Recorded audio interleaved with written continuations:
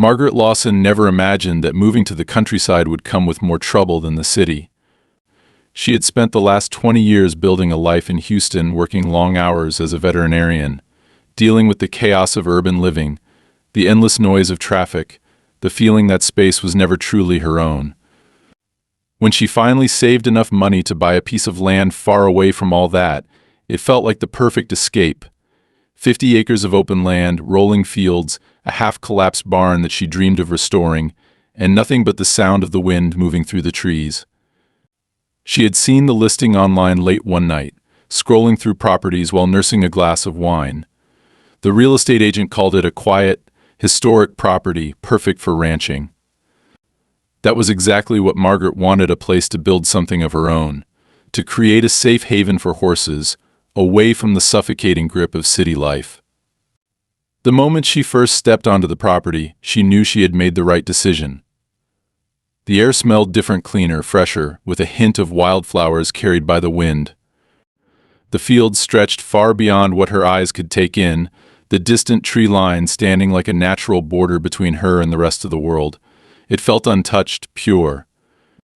As she walked the land for the first time, taking in the overgrown fields and the rusting remnants of old ranch equipment left behind by the previous owners, she let herself imagine what this place could become. A working ranch, a sanctuary for retired and rescued horses, a place where she could finally breathe without feeling like the world was closing in on her. The previous owner, an older man named Earl, had lived there for most of his life before finally deciding to sell. He was the kind of man who measured his words carefully, a quiet presence that made you feel like he had seen and known more than he let on. When Margaret had met him for the final walkthrough of the property, he had given her a long, considering look before shaking her hand. "It's a good piece of land," he had said, his voice rough with age and years of working under the sun. "But some folks around here think they have a right to it. Just make sure you stand your ground."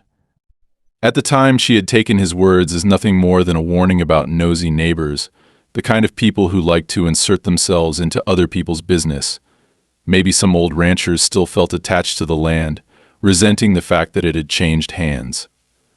She hadn't thought much of it, but a week into living there, she realized that Earl's warning had been much more literal than she had assumed. The first time she saw the ATV, she had been standing in the middle of the field, planning out where she would start her fencing. The roar of the engine came out of nowhere, breaking the peaceful silence like a sudden storm. She turned just in time to see the vehicle tearing across her land, a streak of red and black moving fast over the uneven ground. The woman riding it, blonde, in her 40s, with an expression that was both focused and completely indifferent, didn't even glance in Margaret's direction as she sped past, kicking up dust in her wake. The tracks left deep scars in the soil, cutting across the open field toward the tree line. Margaret stared after her, stunned. She hadn't even had time to react. By the time she processed what had just happened, the woman was already gone, disappearing into the trees as if she had never been there at all. The second time it happened, Margaret was prepared. She had barely slept the night before, the sound of that roaring engine echoing in her mind long after the woman had vanished. Who the hell just drives through someone else's property like that? She had looked at the maps, checked the land surveys. This was her property. There were no public roads, no easements, no shared access. So what gave this woman the idea that she could just tear through it like it was her own personal track? The next evening, she stood at the edge of her property, arms crossed, waiting. Sure enough, just as the sun was beginning to dip below the horizon, she heard it again, that deep, unmistakable growl of an ATV engine. The woman appeared just as before, coming from the direction of the neighboring properties, speeding across Margaret's land as if she had done it 1,000 times before. This time, Margaret didn't just stand there. She stepped forward, raising her arms, signaling for the woman to stop. For a moment, she thought it had worked. The ATV slowed, its tires skidding slightly against the dry earth. The woman pulled off her helmet, shaking out a head of over-processed blonde hair, and fixed Margaret with a look that was half amusement, half mild irritation. "Something wrong?" she asked, her voice carrying easily over the short distance between them. Margaret felt her jaw tighten. "This is private property." The woman tilted her head, as if considering this information for the first time. Then she shrugged. Yeah, I know, I've been riding here for years. The casual way she said it made something inside Margaret snap. Well, now it's mine. You can't just ride through here like this. I need you to stop. For a second, the woman just stared at her. Then she sighed as if she were dealing with a particularly slow child. Look, I get it. You're new here. But things have a way of working out in small towns. People have been using this path for a long time. It's just the way it is. You don't want to be the one causing trouble, do you? Margaret took a slow breath, forcing herself to stay calm. Causing trouble? You're the one trespassing on my land. The woman smiled, but it was the kind of smile that didn't reach her eyes. Funny how that works, huh? And with that, she slid her helmet back on, revved the engine, and took off again, cutting through Margaret's field, kicking up dirt, acting like she had every right to be there. Margaret watched her disappear into the trees, her heart pounding in her chest. She hadn't asked for a fight, but if this woman wanted one, she was damn sure going to get it. Margaret spent the next few days trying to decide how to handle the situation. Part of her wanted to believe that the woman, whoever she was, would stop after that conversation, that now that she had been confronted, she would respect the boundaries of private property like any reasonable person would. But deep down, Margaret knew that wasn't going to happen. There had been something in the woman's voice, in the casual, almost dismissive way she had spoken, that told Margaret this wasn't just a misunderstanding. It was deliberate. The woman had no intention of stopping. She had been riding across this land for years, long before Margaret had moved in, and as far as she was concerned, nothing had changed. She felt entitled to it. That was the part that bothered Margaret the most. Not just the trespassing, not just the damage to the land, but the sheer arrogance of it. The woman wasn't just ignoring her, she was mocking her. 3 days after their encounter, Margaret saw the ATV again. She had been checking the fences along the back of the property, making sure everything was intact, when she heard the familiar sound of an engine in the distance. She stood still, waiting, her pulse quickening as the low growl grew louder, closer. Then she saw her barreling over the ridge, moving fast, carving deep tracks into the earth as she cut across the field. But this time she wasn't alone. Another ATV followed close behind, driven by a man heavier built, wearing a dark jacket and mirrored sunglasses that reflected the late afternoon sun. The two of them tore across the property, side by side, laughing as they raced toward the tree line. Margaret felt her stomach twist in anger. It was one thing for the woman to ignore her warning, but now she was bringing others onto the land, treating it like her own personal off-road park. Margaret sprinted toward them, waving her arms, shouting for them to stop. They didn't. If anything, they accelerated. The woman shot past her, her face turned toward Margaret just long enough for her to smirk before disappearing into the woods. The man followed, and within seconds, the only thing left was the churned-up dirt and the fading sound of their engines. Margaret stood there, breathing heavily, fists clenched at her sides. It wasn't just disrespect anymore. It was a game to them. A joke. That night, she made up her mind. If they thought they could keep doing this without consequences, they were about to find out how wrong they were. The next morning, Margaret drove into town. She hadn't met many people yet, had been too busy settling into the property, making plans, dealing with the chaos of the move, but now she needed to talk to someone who actually knew the area. She parked outside a small general store on the main road, the kind of place that sold everything from canned goods to hunting supplies, and stepped inside. An older man stood behind the counter, wiping down the surface with a rag. He glanced up as she entered, his expression neutral but mildly curious.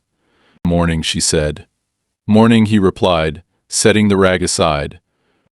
She hesitated for only a second before getting straight to the point. "I just moved into the old ranch on the east side. I was wondering if you know anything about a woman who rides an ATV through my property. Blonde, about 40, acts like she owns the place." The man's expression barely changed, but she didn't miss the slight narrowing of his eyes. He leaned against the counter, arms crossing over his chest. That'd be Karen.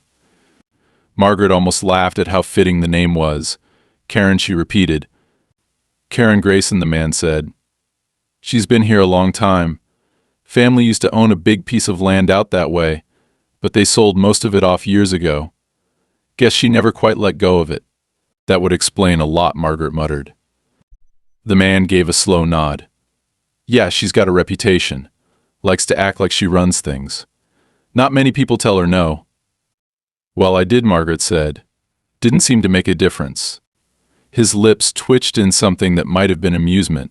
She's not the kind to back down easy. If she's been riding through there for years, she's going to act like it's her right, no matter what the deed says.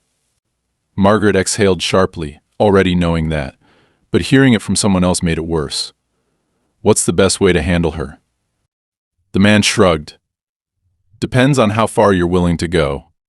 Margaret thought about that on the drive back home. How far was she willing to go? She didn't want trouble.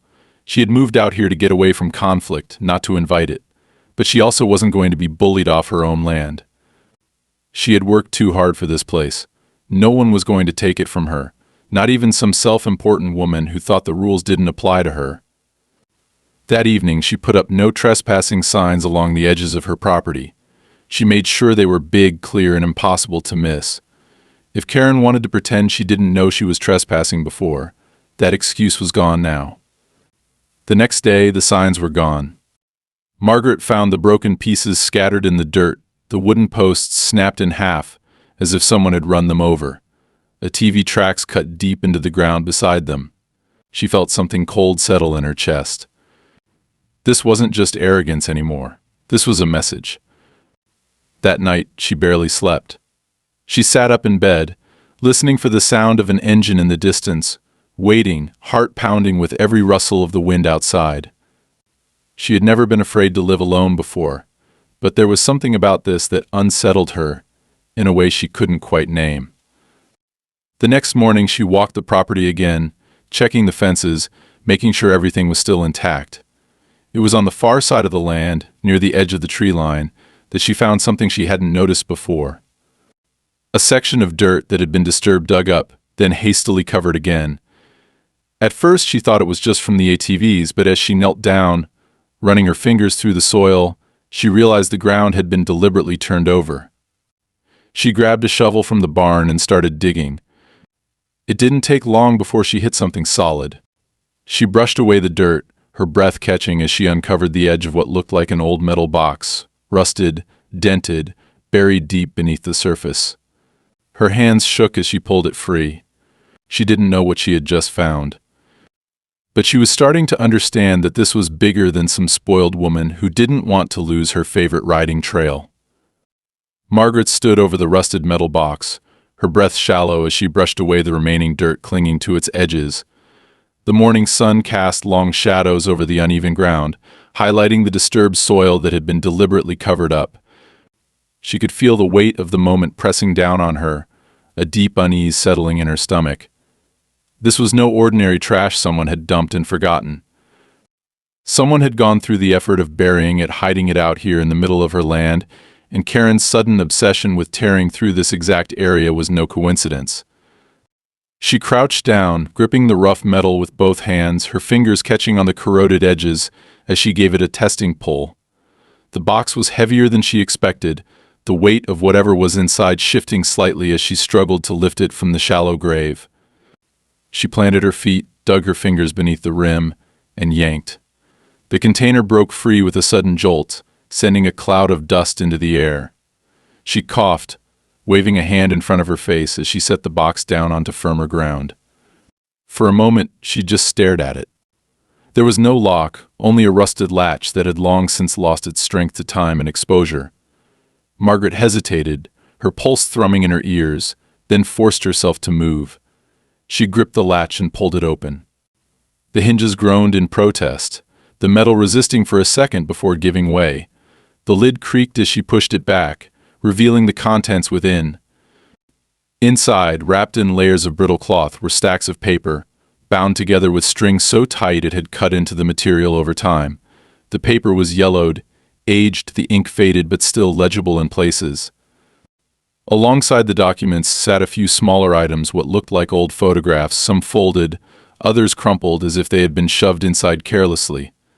And at the very bottom, nestled between the stacks of paper, was a small, weathered revolver, its barrel dull with age but unmistakably real. Margaret exhaled slowly, barely aware that she had been holding her breath. She reached in, carefully lifting one of the documents from the pile, unfolding it with delicate fingers. The writing was old-fashioned, the kind done on typewriters, the ink smudged in some places but still legible. Her eyes scanned the page, the words slowly piecing together a story that sent a cold shiver down her spine. Land deeds. Property transfers. Names she didn't recognize, dates stretching back decades, and all of it tied to this land. She flipped through the stack, her fingers moving faster now, her pulse quickening with every page she scanned. Some of the documents referenced businesses she had never heard of. Others were receipts for cash transactions, and buried deep in the pile was a letter handwritten. The ink slightly blurred as if the writer's hand had trembled while putting the words to paper. If anything happens to me, you'll know where to find it. They can't be trusted. I should have left when I had the chance. Tell her I'm sorry. I never meant for any of this to happen. There was no signature, only initials scrawled at the bottom, barely readable. Margaret swallowed hard, a lump forming in her throat. Who had written this? And why had it been buried here? Before she could process anything further, a distant sound made her freeze. The unmistakable hum of an approaching ATV. Margaret snapped the box shut and pushed herself to her feet, her heart hammering against her ribs. She turned toward the noise, her hands clenching into fists, as she spotted the familiar red and black vehicle cresting the hill in the distance. Karen. This time she wasn't alone. 2 other ATVs followed behind her, kicking up dust as they sped toward the tree line, cutting through the open field without a care. Margaret barely had a second to react before she realized where they were headed, straight for the very spot where she had been digging. Panic surged through her, but she fought it down. She couldn't let them see what she had found. She grabbed the box, dragging it toward the nearest cluster of trees, her boots kicking up dirt as she rushed to get it out of sight. She barely managed to wedge it between the thick roots of an old oak before the first ATV came skidding to a stop just a few yards away. Karen pulled off her helmet, shaking out her blonde hair as she swung her leg over the side of the vehicle. She looked Margaret up and down, her eyes narrowing as she took in the disturbed soil, the shovel still lying nearby, the tension in Margaret's posture. Well, Karen drawled, resting a hand on her hip. Looks like you've been busy. Margaret forced her breathing to slow, wiping the sweat from her brow as she turned to face the woman fully. What the hell do you think you're doing? Karen smirked. I could ask you the same thing. Behind her, the 2 men on the other ATVs remained seated, their engines idling, their eyes hidden behind dark sunglasses. They weren't moving, but they were watching, waiting. Margaret set her jaw. I told you to stay off my land. Karen let out a short, sharp laugh. And I told you, sweetheart, that this land isn't just yours. You might have signed some papers, but that doesn't change the history of this place. Margaret's grip tightened at her sides. History doesn't give you the right to trespass. Karen tilted her head slightly, her smile widening. Funny. That's exactly what I was about to say to you. Margaret felt a chill run down her spine. Karen's gaze flicked toward the ground where Margaret had been digging. You know, you really should be careful where you go poking around, she continued, her voice deceptively light. Might dig up something you weren't meant to find. Margaret didn't flinch. That a threat? Karen sighed, shaking her head as if Margaret was the one being difficult. It's a warning. This land's got a past. Some things are better left buried. Margaret's mind raced.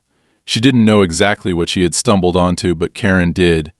And Karen wasn't just some nosy neighbor with an attitude problem. She was hiding something. Something she didn't want Margaret to find. The silence stretched between them, the only sound the low rumble of the ATVs still running behind her. The 2 men hadn't moved, but their presence felt heavier by the second. Then, just as casually as she had arrived, Karen stepped back toward her ATV, swinging a leg over the seat.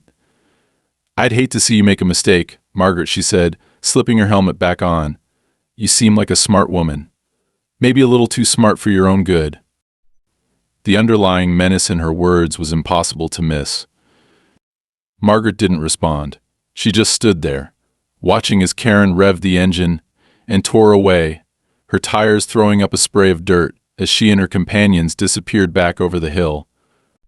Only when the last trace of their presence had faded did Margaret finally let out the breath she had been holding. She turned back toward the trees, her gaze locking onto the hidden box. Karen was right about one thing. This land did have a past. And Margaret was about to find out exactly what it was. Margaret stood in the fading afternoon light, staring at the rusted metal box wedged between the roots of the old oak tree. Her hands trembled slightly as she reached down, gripping the sides, dragging it back into the open. The weight of it was nothing compared to the weight of the realization settling in her gut. This was no ordinary case of trespassing, no simple dispute over land. Karen wasn't just riding through for fun. She was looking for this, and Margaret had found it first. She knelt beside the box again, pulling out the old documents, scanning them with renewed urgency. The property deeds, the letters, the faded ink, it all pointed to something bigger than she had imagined. Names she didn't recognize, transactions that dated back farther than she expected, the mention of businesses long gone, and an old letter warning of unseen dangers. The revolver sat at the bottom of the box, heavier now that she understood it wasn't just left there by accident. It had been hidden with intent. Someone had buried this to keep it from being found, and now that she had uncovered it, Margaret knew she wasn't just dealing with Karen's ego. She had stepped into something far more dangerous. She had two choices. She could rebury it, pretend she had never found it, and hope Karen would lose interest. Or she could follow the trail, figure out why this mattered so much, and take away the one advantage Karen thought she had: the power of knowing more than Margaret did. She wasn't the type to back down. Dragging the box with her, she made her way back to the house, her mind racing through possible connections. She needed to be smart. If Karen and whoever else she was working with were willing to intimidate her just to keep her off this section of land, then she had to assume they were capable of worse. There was no telling how far they would go if they realized she had already uncovered what they were after. Inside, she spread the documents across her kitchen table, organizing them into piles, looking for patterns. Some of the names repeated across different pages. One in particular stood out: William Hargrove. It appeared on a deed, on an old invoice, and then again on a faded police report tucked between the other papers. Margaret smoothed out the report, her eyes narrowing as she read through the barely legible typewritten lines. Missing person. Last seen 1973. Declared legally dead in 1981. She glanced at the address listed on the report. It wasn't far. Her fingers hovered over her phone. She could call someone, maybe a lawyer, maybe the sheriff's office, and hand this over before things escalated any further. But if she did that now, before she understood what she had, she would be giving away any control she had over the situation. Karen and whoever was backing her clearly wanted this information gone. That meant it was valuable. That meant Margaret had leverage. She grabbed her truck keys. It wasn't hard to find the place. A dilapidated house sat on the outskirts of town, its paint peeling, the fence barely standing. It looked abandoned, but Margaret knew better. Places like this never really were. Someone always lingered, whether they were supposed to be there or not. She parked across the street, cutting the engine, watching for movement. Nothing. After a moment, she got out, walking cautiously up the driveway, stepping over cracked pavement and tangled weeds. She knocked on the door, waited. No answer. She tried again, louder this time. A rustle came from inside. Then, the slow creak of a floorboard. Margaret tensed, her instincts screaming at her to turn around, but she held her ground. The door opened just enough for a face to appear: an older man, deep lines creasing his features, his expression wary. His eyes flicked over her, then narrowed slightly. "You're not from around here," he said. Margaret held up the police report. "I need to know about William Hargrove." The man's face changed in an instant. The guarded suspicion turned into something darker, something unreadable. He stepped back, opening the door wider, You better come inside." She hesitated only for a second before stepping in. The air inside was thick, stale, as if the house had been sealed off from the world for too long. Papers were stacked on every surface, old photographs pinned to the walls, the kind of clutter that belonged to someone who had spent too much time trying to piece together something that no one else wanted solved. The man gestured toward a chair, sitting across from her, his fingers tapping against the armrest. "You found something," he said. It wasn't a question. Margaret nodded. "Buried on my land. Karen's been trying to get to it." At the mention of Karen's name, his jaw tightened. "She doesn't know when to quit," he muttered. Then he exhaled, rubbing a hand over his face. Hargrove owned that land before it was sold off in the 70s. He wasn't just some rancher. He was into something bad. The kind of bad that doesn't just go away. Margaret waited, letting the silence stretch until he continued. "They said he disappeared, that he ran. But people like him don't run. They get buried." A cold weight settled in Margaret's chest. "And you think he's buried on my property?" The man gave a slow nod. Margaret gripped the edge of the table. The documents, the revolver, the desperate letter, it all made sense now. Hargrove had been killed, but not before trying to hide something. And Karen? She was either trying to uncover the past or make sure it stayed buried. "Why now?" Margaret asked. "Why is she after it now?" The man shook his head. "Because someone told her where to look."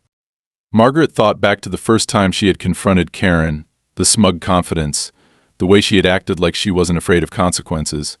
She had a backer, someone feeding her information, guiding her. This wasn't just some personal grudge. This was orchestrated. "I need to know everything," Margaret said. The man studied her for a long moment before nodding. "I hope you're ready for what you're about to hear." She wasn't. But that didn't matter anymore. She had started something she couldn't walk away from. And for the first time since moving onto that land, she realized Karen wasn't the real problem. She was just a distraction. The real danger hadn't even shown itself yet. Margaret left the old man's house with more questions than answers, her mind racing as she drove back toward her property. The sky had darkened by the time she reached her driveway, and she hesitated before pulling in, scanning the tree line for anything out of place. She had a sick feeling in her stomach, a crawling unease that told her she wasn't coming home to an empty house.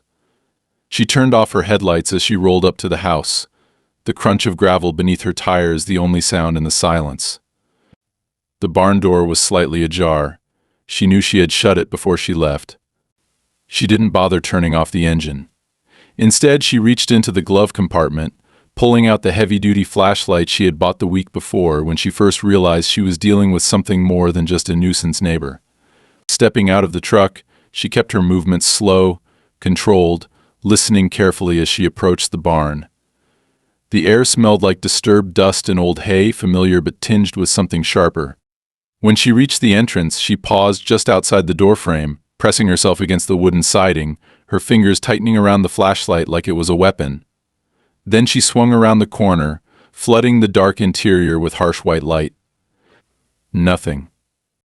The stalls stood empty, her tools and equipment untouched.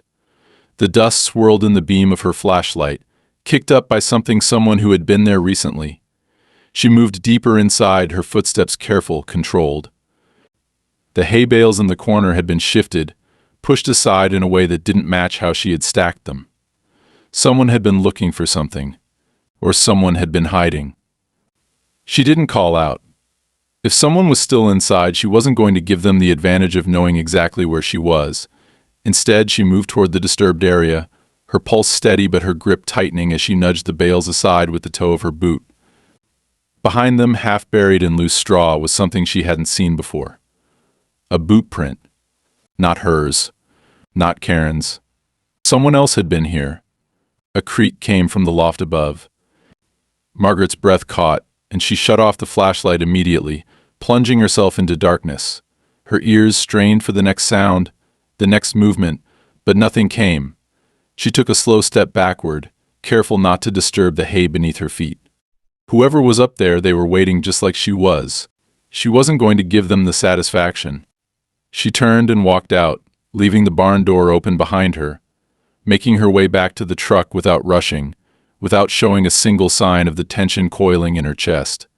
She climbed into the cab, locked the doors, and pulled out her phone. The sheriff would take too long to get there, and she doubted he would do much if they did.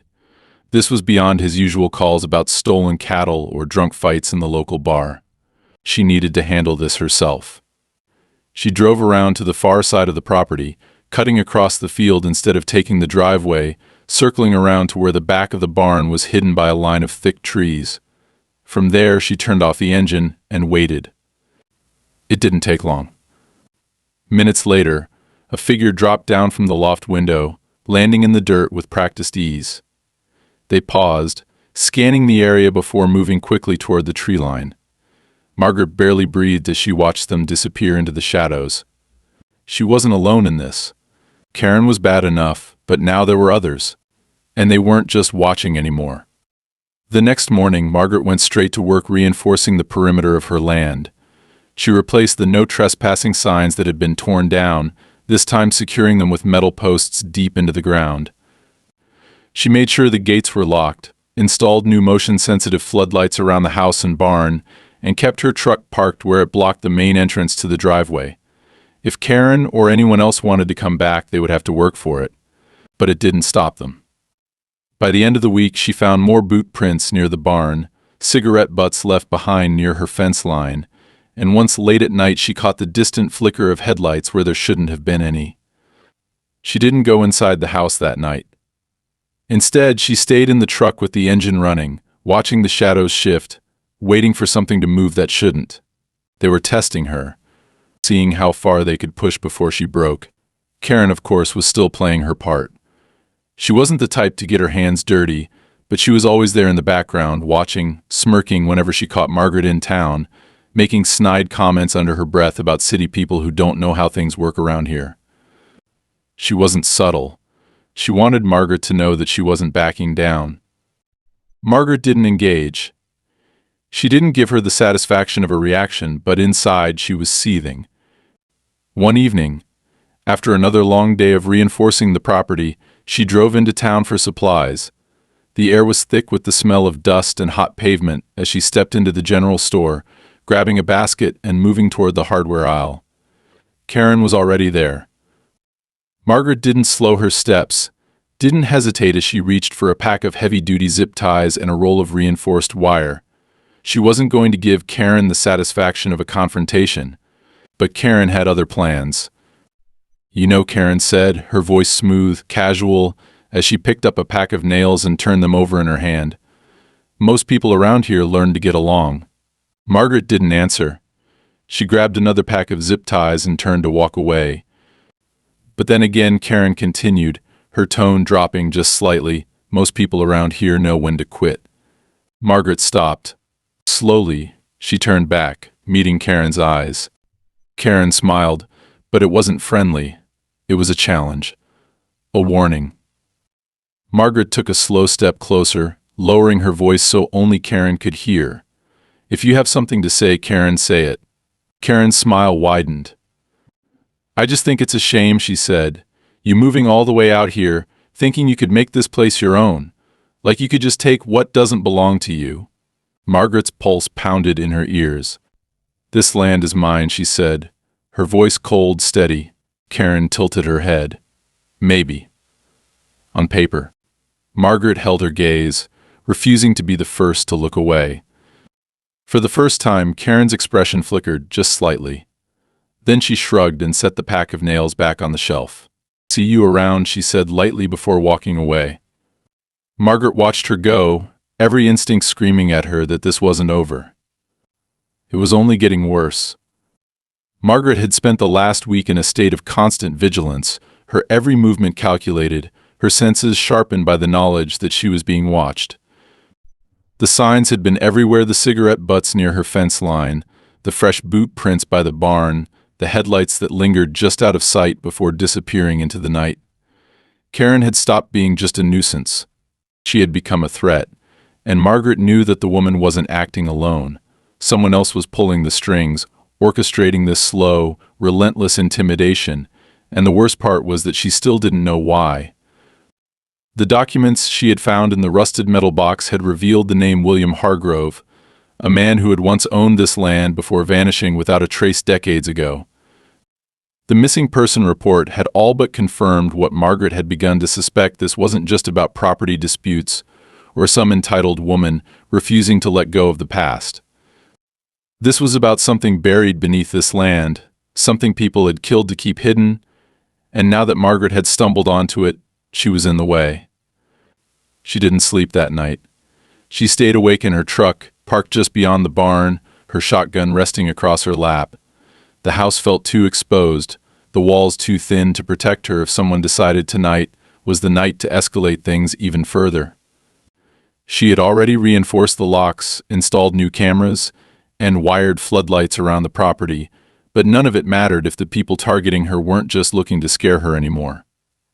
She had no doubt that whoever had been in her barn that night would come back. The only question was when. At just past 3 in the morning she heard it. The low rumble of an approaching vehicle, its engine cut just before the tree line, followed by the unmistakable sound of footsteps crunching over gravel. More than one person. Moving quietly, deliberately. Margaret exhaled slowly, adjusting her grip on the shotgun. She kept her body still, her eyes fixed on the barn doors, waiting, listening. Then, just as she had expected, a shadow detached itself from the darkness, moving toward the structure. Another followed. Then a third. She recognized the shape of Karen immediately, the way she carried herself with that same casual arrogance, but the 2 men with her were unfamiliar. They weren't locals. They moved like professionals, their posture tense, their focus sharp. Margaret felt a cold, steady anger settle in her chest. They were here to finish whatever they had started. Karen reached the barn first, gesturing toward the doors, and one of the men stepped forward, producing a crowbar. The sound of metal scraping against wood echoed in the still night air as he wedged it into the frame, testing the resistance before applying pressure. Margaret let him. She let them believe she wasn't here, that they had the upper hand. And then she turned on the floodlights. A blinding wash of white illuminated the entire yard, casting long, sharp shadows as the intruders froze like animals caught in a snare. Margaret stepped out of the truck, leveling the shotgun at them, her voice ringing through the night with quiet, controlled fury. "Don't move. Don't move." Karen whipped around, one hand instinctively going up to shield her eyes, but the 2 men reacted differently. One of them reached for something inside his jacket, a gun. A knife, Margaret didn't care which. She didn't give him the chance to pull it free. She pumped the shotgun, the metallic clack slicing through the night like a warning bell, and took one deliberate step forward. I said, "Don't move." The man hesitated. Karen's face had gone pale, her usual smug expression slipping as she realized Margaret wasn't bluffing. "Jesus Christ," Karen muttered, holding up her hands. "Put the gun down." Margaret didn't flinch. "You broke into my barn. You think I don't have the right to defend my property?" One of the men, the one who had reached for his weapon, exhaled through his nose, tilting his head slightly, assessing her. Then, slowly, he took a step back, raising his hands in a show of surrender. His partner followed, but there was something in his stance that told Margaret this wasn't over. Karen, however, wasn't ready to give up just yet. "You don't know what you're getting yourself into," she said, her voice lower now, more measured. "You don't understand what this land really is." Margaret kept her aim steady. "Then, why don't you enlighten me?" Karen glanced toward the men beside her, as if debating how much she could say in front of them. Then she licked her lips, shaking her head slightly. "This isn't about you. It never was. But you put yourself in the middle of something that doesn't concern you, and now you're going to get hurt." Margaret let out a short, humorless laugh. "That's funny. I could say the same thing about you." Karen exhaled sharply through her nose, shaking her head. "You think you're the first person to own this land? You think you're the first one to dig too deep." Margaret's grip on the shotgun tightened. Karen took a slow step forward, lowering her hands slightly. "There are people who have been waiting a long time to finish what they started here, and you just got in their way." Margaret didn't blink. "You have 30 seconds to get off my land." Karen's lips parted like she wanted to argue, but the man beside her grabbed her arm, shaking his head. "Not tonight," he muttered. Karen hesitated, her body tense, but then she let him pull her back.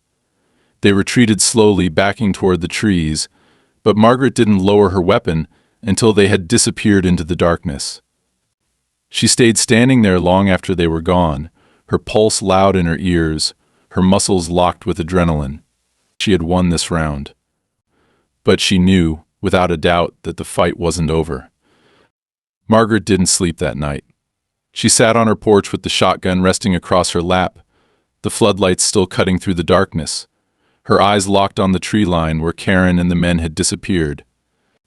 The air was thick with the scent of dry earth and tension, and every rustle of wind through the grass made her fingers twitch against the worn wooden stock of the gun. She wasn't naive enough to think they wouldn't come back. They had left because they had no choice, not because they were done. Whatever Karen had been looking for, whatever she was trying to keep buried, was still out there, and Margaret was no longer just an obstacle, she was a problem that needed to be dealt with. The night passed in heavy silence, and as the first light of dawn stretched over the horizon, she finally forced herself to move. Her body was stiff from staying in the same position for too long, her mind exhausted but still running at full speed. She needed to make a decision. She had been reacting for too long, waiting for Karen and her people to make their next move, but that wasn't enough anymore. If she wanted this to end, she had to take control. She went inside, locked the door behind her, and pulled out the documents she had taken from the buried metal box. The papers were scattered across her kitchen table, the ink faded but still readable, a tangle of old names and transactions that stretched back decades. William Hargrove's name stood out among them, tied to land transfers and debts that had never been settled. There were notes scrawled in the margins, phrases that didn't make sense to her yet but carried the weight of something important. There was one in particular that made her pause. "The deed means nothing if the proof is gone." Margaret frowned, tracing the words with her fingertips. "Proof of what?" She leaned back in her chair, exhaling slowly. Karen had said something to her last night that she hadn't fully processed in the moment.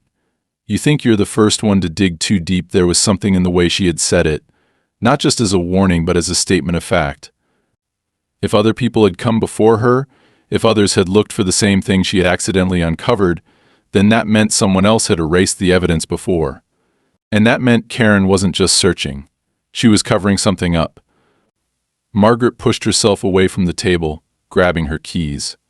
She needed answers, and there was only one place left to get them. The old man's house looked even worse in the daylight. The paint was peeling in long strips, the wood beneath it warped from too many years of neglect, the windows streaked with dust and time. Margaret stepped onto the porch, knocking twice, her pulse steady but her gut already bracing for whatever she was about to learn.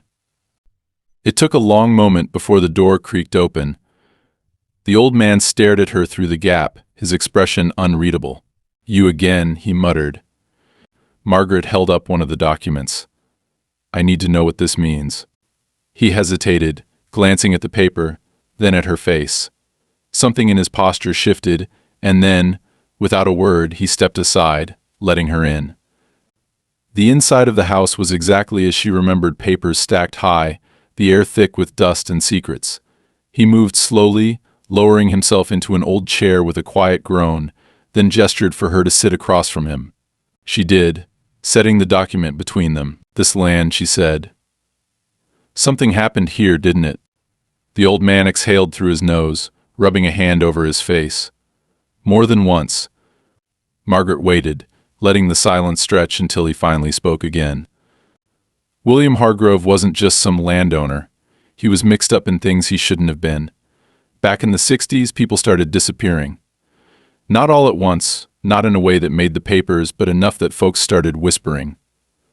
Hargrove was at the center of it.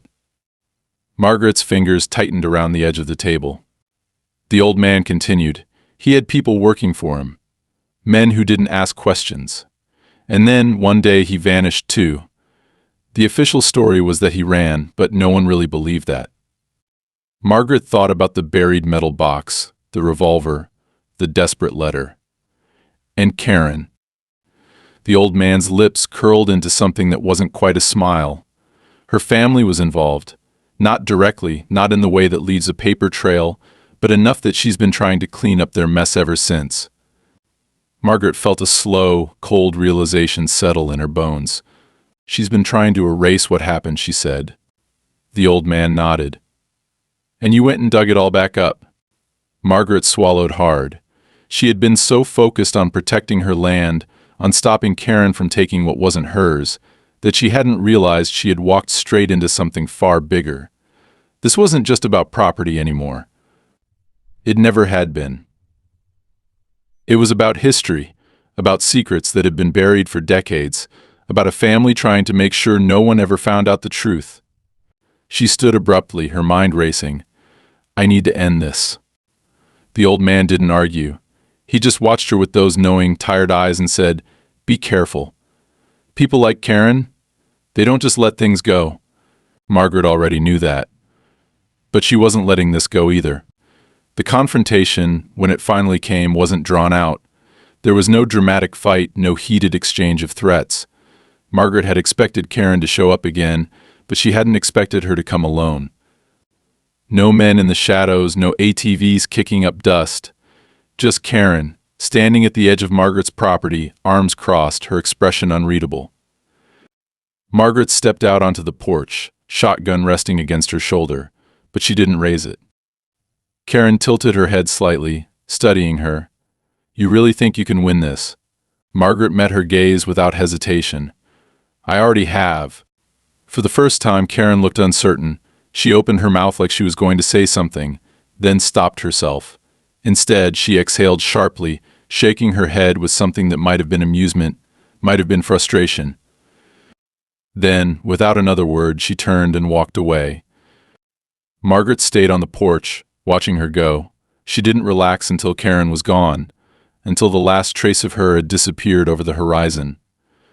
She didn't fool herself into thinking this was over. People like Karen didn't just give up. But Margaret had something now that she hadn't had before. The truth, the full picture, and she wasn't going to let anyone take it from her. She had bought this land to build something of her own, to create a place where she could finally breathe. And no matter what ghosts still lingered beneath the soil, no matter how many people tried to rewrite the past, this land was hers now. And she wasn't going anywhere.